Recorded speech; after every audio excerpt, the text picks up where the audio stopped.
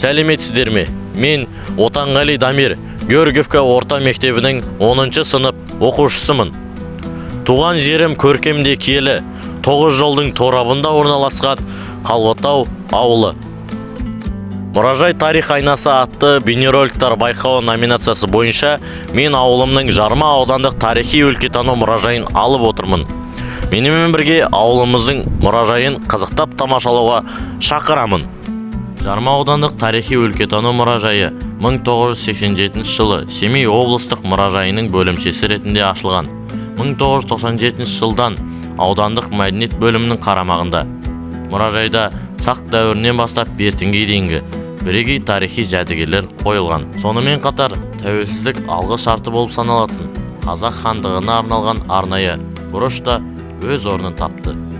Қазақстан тарихындағы ең елеулі оқиғалардың бірі Ұлы Отан соғысы. Ал бұл бұрыш Ұлы Отан соғыс ардагерлеріне арналған. Жалпы Жарма ауданынан Кеңес одағы батырын алған 13 жауынгер бар. Соның ішінде атап өтерлігі Төлеуғали Насырханұлы Әбдібеков.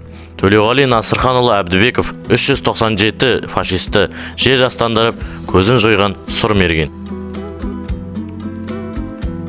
Көріп тұрғандарыңыздай, бұл жерде тек қана Ұлы Отан соғысы емес, жалпы азаттық үшін құрбан болған барлық тұлғаларды еске алатын арнайы стендтер де бар. Мұражай ауданының көрнекті тұлғаларын, мәдениет және спорт жетістіктерін көрсететін 13 бөлімнен тұрады. Мұнда 1300-ден астам жәдігерлер мен құжаттар жинақталған. Орта толықтыру барысында ел ішінен Ақтайлақ би, Ақтанберді батыр, Ер Жәнібек, сондай-ақ Абайдың шәкірті әрі Тәңірберген ұлы туралы материалдар жинақталған.